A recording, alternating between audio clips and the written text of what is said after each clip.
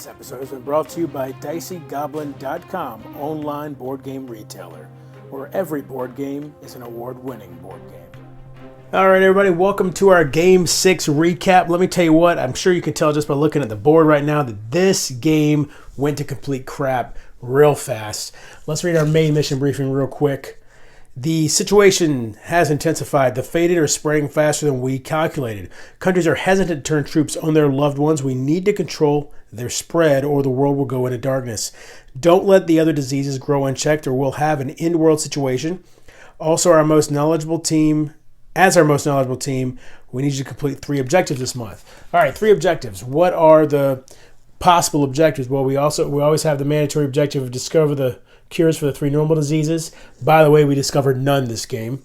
We actually lost with only 2 epidemics pulled. Quarantine 7 fated cities. That's the new one. And then we have eradicate at least 1 disease, have a military base in each of the 6 major regions of the world. Okay, what new stuff did we get in the rule book? Build roadblocks. All right. If your current region has a military base, you may spend 1 action to place roadblocks on as many routes as you want out of your current city. Diseases and the fated cannot spread due to outbreaks along routes cut by a roadblock. If a city is completely roadblocked off, do not mark an outbreak on the outbreak track when it outbreaks since none of the adjacent cities are affected. Make sure to increase the panic level, however. Players may no longer drive ferry along a route containing a roadblock unless they discard a card of the same color as the city they are entering. But check this out up here. This is the real big deal. Accelerated incubation. When drawing player cards, remember, they were talking about player cards here, not infection cards. When drawing player cards, check if any city cards drawn match the color of Coda, which in our case is the black disease. Place a faded figure in each of the matching cities. If this would place a 4th figure, it is ignored and not placed. No outbreak occurs and no quarantine marker is removed. All right, and let's see if there was anything else. I think that is, yeah. That's everything that was added to the rule book this time. Oops, there goes the medic. All right. So what else did we get? Oh, yeah, we got a new guy here, the Colonel. As an action, remove a fated figure from your city if there's a military base in your region. You may drive ferry across roadblocks without spending a card. You also need 2 additional cards of the disease color to discover a cure. So he's pretty much useless at discovering cures, but good at dealing with the fated.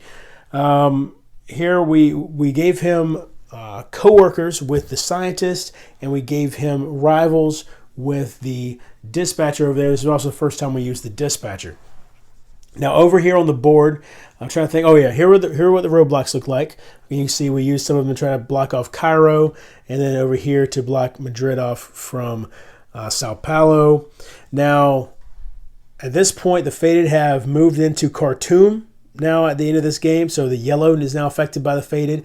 The entirety of the blue cities in Europe, except for St. Petersburg, are now fated. So that all is going to complete crap. Fortunately, the fated have not moved into South America, North America, or too much into the Asian region over here or Australia. I'm trying to think what else happened in this particular game. You can see we've got Mumbai is now at level 3. They're still riding, but level 3. And Paris actually has fallen. It went from level 2 all the way up to level 4 during this game. For game end upgrades, what we chose... Well, you know what? First, let me show you this. This said at the end of your first game in May, before selecting game end upgrades, open the following door and then draw this card. So we open the door and new game end upgrade, permanent roadblocks. Now, we didn't use any of these because our plan in the next game is to try to block off the areas to contain the fated from spreading into further cities, because at this point they pretty much control about a fourth of the board, somewhere in there. So we're going to try to cut them off at the beginning of the next game and make those roadblocks permanent. We'll see how well that works. And this was just the win bonus. The back of this card or the front of this card is the win bonus, which obviously we haven't scratched yet.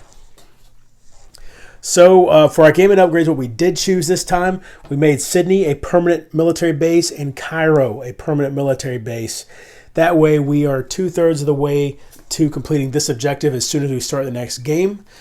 So hopefully that will significantly improve our odds. This one was a combination of, really is mainly, I think, not having either the quarantine specialist or the operations expert out on the board. I really think that the fact that we chose, and really I chose not to use those, was really the deciding factor in this particular game. Hope you're enjoying the videos. Give me a thumbs up if you like the video. Subscribe to my channel. Find me on BGG. I'm on Twitter @boredoffline. And until next time, if you're bored online, board offline.